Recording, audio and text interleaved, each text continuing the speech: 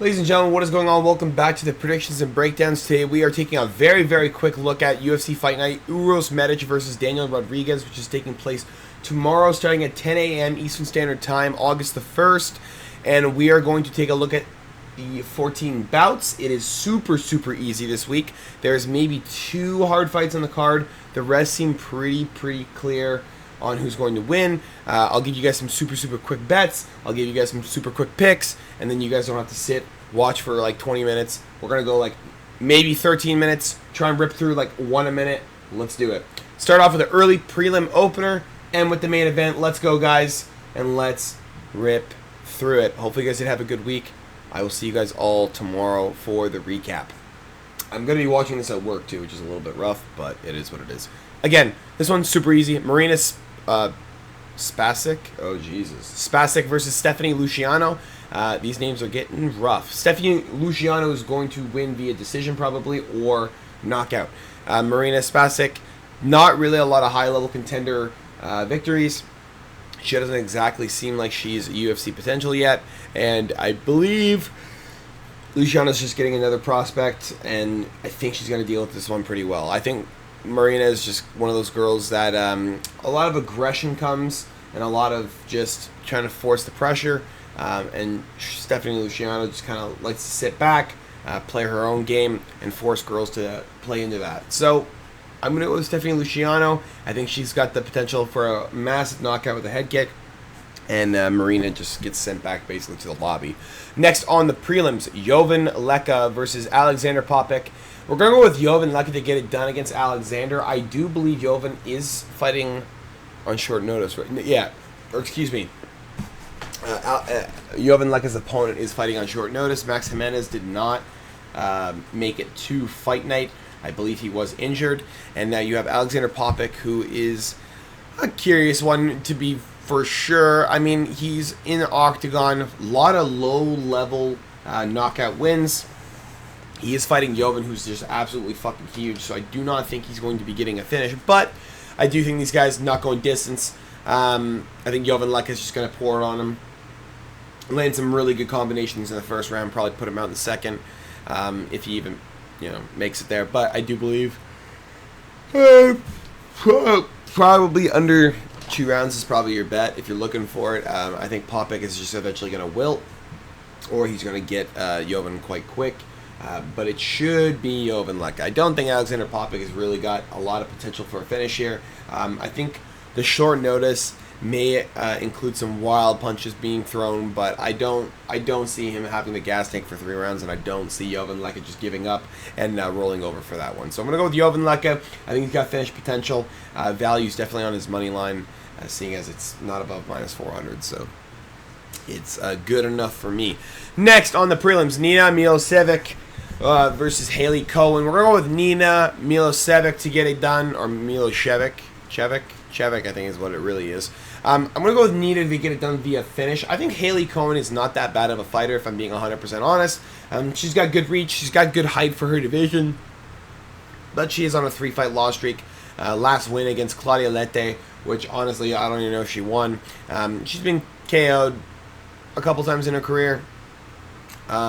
She got submitted by Nora Cornell, which is a bit of a fucking red flag if you ask me.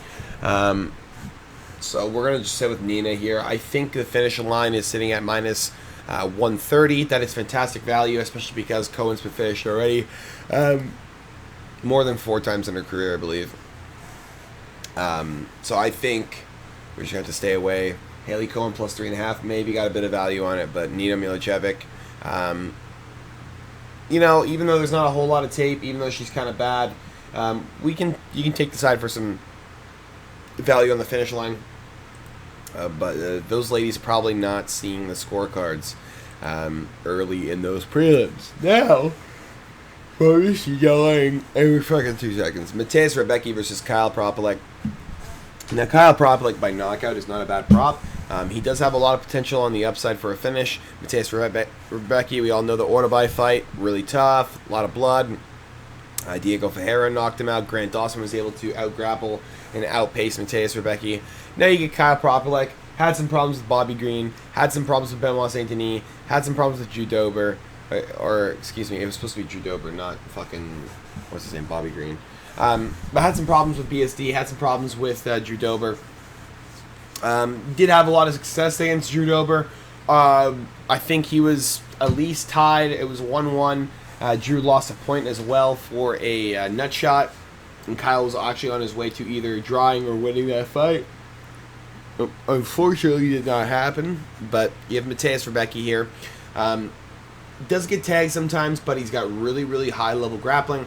He's got an ability to push pressure like not a lot of guys do, and he's not afraid of the fight. He's willing to go in. He's got very, very kind of mediocre fight IQ, but he is a dog. He's got the durability to hang through it, and he's got the ability to at least figure out the early goings of Kyle Propalik. So I'm gonna go with Mateus Rebecki. I think he's got finish potential. I think we're gonna go with submission. But if you're on DraftKings, submission for Rebecki and knockout for Kyle Propalik is probably your prop of the night. Seeing as Kyle Propalik, a little durable, he's got a lot of potential, and Mateus Rebecki, easiest way to win this fight is going to be a submission. So we're going to hang with the submission line and get you some value off of that. Now we have Bogdangrad versus Denis Buzukja. Bogdangrad is taking on a very, very tough guy in Denis Buzukja. He's got a lot of high-level boxing experience in terms of like his skill set. He's got a lot of really, really good, pressure. But he does seem to get tagged quite often. He does seem to walk into some really unfortunate shots. And Denis Buzukja, again, his last fight against Mauricio Barboza, did land a really, really clean uppercut to the liver. But it just seemed like he was just a tad slower. I say tad. He was a lot slower than Mauricio Barboza in those close situations. The dip in the right hook, or it was a a left-right dip into a left hook that put Denis Buzukja out, and he flatlined him pretty bad. Bogdangrad, he's got a lot of high-level experience here. He has been in the UFC for a little while. He does have a couple victories, one in Contender Series, one against Lucas Alexander. Even though it's a bad win, in my opinion, Lucas Alexander's not that good. Tough fight against Naimov, tough fight against Luke Riley, where he gets KO'd, his chin snapped back. But Denis Buzukja should get knocked out here realistically. Bogdangrad getting knocked out is also good value realistically for the line. I think Denis Buzukja to get a knockout is like plus 600. Really good value for especially a guy like Bogdangrad, who I think has already been KO'd twice. Which, yeah, there you go, he has. Tom Nolan got him the first time as well in the Contender Series, I believe.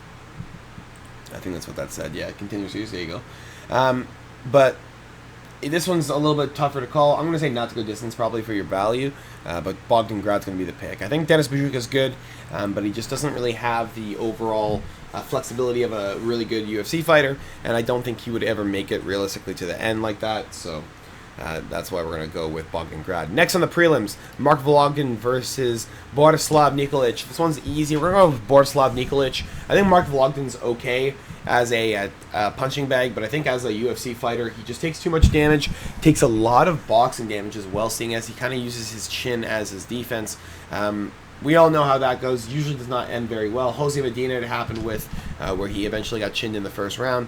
Probably going to happen here with Mark Vologin. He's had a lot of attempts to just use his face as a fucking shield, and I think Borislav Nikolic is going to sit back on something that sets Mark Vologin down, and he might give him a couple more to think about to put him out of his misery, because this is going to be a really, really tough fight to even make it through.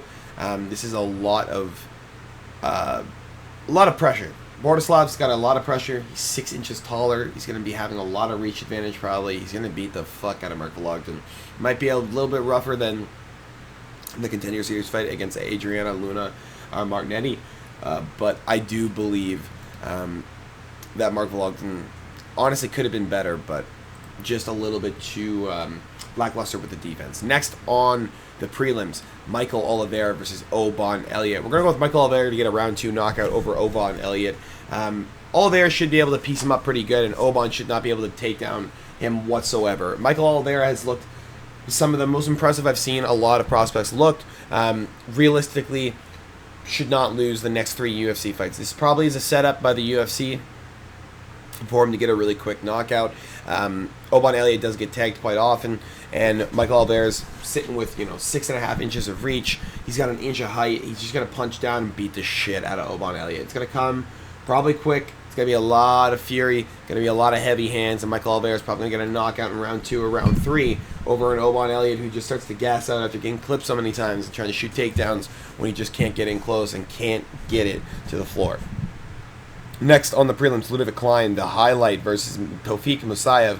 And we're going to go with Ludovic Klein to get it done. Tofik fucked me over with Ignacio Bahamondes. I was pretty pissed about that fight. And I think Ludovic Klein is going to make me right here with a nice big smile on my face after I watched Tofik Musayev probably get knocked out and fucking sat back into the fucking shadow realm when Ludovic Klein uses his nasty kickboxing skills to just put it back in the Stone Age. Tofik Musayev has got a lot of potential, but the kid's starting to slow down a lot. Azerbaijan, a lot of these guys are really, really aggressive, don't really hang too well in the later rounds. And Ludovic Klein, Mr. fucking highlight, even though he's like Mr. fucking decision, he's got the ability to hang with them. He's got the ability to mix up his weapons and eventually just win a tough fight. Decision, knockout, probably your props, but again, submission line I doubt for Ludovic Klein is very heavy. Probably just looking at the money line play for Klein. I like the play. I really don't mind Ludovic Klein at all.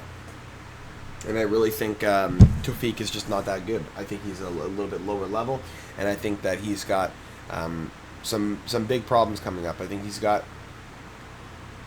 a couple fucking up kicks down the middle that are going to come through. Ludovic Klein really nasty with that front kick to the solar plexus. Going to be using that one for sure tomorrow morning.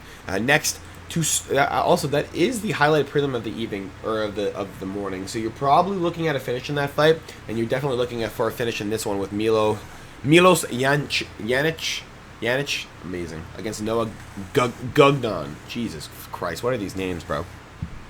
I'm gonna go with Milos Janic to get it done by knockout. I think Noah Gugnon. I think he's Aries FC guy, but honestly, Aries been okay. Milos has got a little bit more experience. He's got a lot more range. He's got a little bit bigger of a frame as well, and I think he's got the more pressure type of fighting style. And I think he's going to be able to tag up guns here and put him against the cage and probably put him down. I think Milos Janic, a lot of people are taking just the finish side, especially because he's got so many in a row. He's never reached a decision and won, but this might be one of the ones where, you have two really, really high-level strikers. They take it to the scorecards because no one wants to throw. Possible. Going to be Milos, though. I think it's going to be a devastating knockout, and it should happen a little bit early in the second round or, first. Plus 100, I'll take it all day. I think Milos, as a 22-fight veteran against a guy who's got 11, he's got double the experience. He's bigger. He's longer. I'm just going to take the experience and the stats to take the dog. I don't know how you can't. He's got good tape, too. He doesn't look like super trash. So, value's definitely sitting there. Where is it? Yeah, next on the main card, Vlasto Kepo versus Gilbert Urbina. It's going to be under 1.5 rounds for the bet. Gilbert Urbina, by the way, is not a bad bet here. Gilbert Urbina has a lot of wild combinations that he throws in close, okay? He's got a lot of potential. He's got a lot of ability to just rip from his hip. Fortunately, he does not really have a chin. He does get cracked quite often, but Vlasto didn't look too good himself on tape, okay? He looks a little wild, hands down. He's gotten tagged a couple of times where he's thrown so fucking heavy that he's overthrowing now, and he's literally leaving himself wide open to counter shots. And Gilbert Urbina is not a guy who will not counter strike you. He is definitely a guy who will throw back some big heat, just like Denis Bajukyan. He will definitely go for the knockout. He will look for you the entire day, and he will definitely get you down with a left hook. Now, Vlasto again. Have I seen him get clipped really, really bad? Yeah, maybe 1 or 2 times. Do I think it's going to happen against Gilbert? Probably not. But Gilbert's taken a year off. He's taken a year off after the Uros Medic loss. He took a year and a half off after the Charles Radke loss. He takes the proper amount of time. He takes the proper care of himself. He doesn't just throw himself into the fucking wolves. And now he can actually have a proper chance against another incredible striker, like Vlaso Kepo. And he has an ability to earn himself another contract with a nice highlight reel knockout. I think Gilbert Arenas got a real chance. And I think this fight, just not to go distance, is probably where you're sitting. But I would, honestly, guys, if you're a real betting man, I wouldn't bet this fight. I would watch it. I might put a little bit of money on Gilbert Urbina by knockout, but this is going to be a really, really interesting one to watch. Could be quick. Could be some fireworks in that one. Next on the main card, Dusko Todorovic versus Robert Valentin. And we're going with Robert Valentin to get it done via a round 1 submission. I think Dusko's pretty tough. He's got a lot of dirt also. We are at 15 minutes. We will get this done very soon. Dusko is very tough. He's got a lot of good durability when it comes to cardio and when it comes to length. But Robert Valentin going to take this to the ground, going to go to his bread and butter, and he's going to try and get another submission victory, especially after his first UFC victory just a couple months ago against Julian LeBlanc, where he got a rear naked choke. I believe it was in the first round. Now, this is a little bit tougher of a fight than Julian LeBlanc. Dusko's hung in there in the UFC for a little while. He's fought some really good competition. He's got a lot of finishing potential as well. He's consistently been a finisher throughout his career, including throughout his loss streak in the UFC. And we're kind of looking for Robert Valentin just to kind of end it and end his career inside the UFC. These guys are quite close in skill level, but I would say Robert Valentin a little bit newer in terms of the way he looks. Looks a little bit more traditional in terms of modern MMA. Meanwhile, Dusko seems to be a little bit more like 2010 era, 2005 era, where he just kind of focuses on the grappling before he gets his strikes out there, even though you want to focus on the strikes getting out there so you can get to your grappling. Robert Valentin, submission, should be a lock. By finish, doesn't look bad, but by finish is minus 110. Money line's minus 170 for Robert. Just take the money line. Value sitting there at 60 cents for a decision prop isn't the biggest fucking deal in the world. Just pay for it.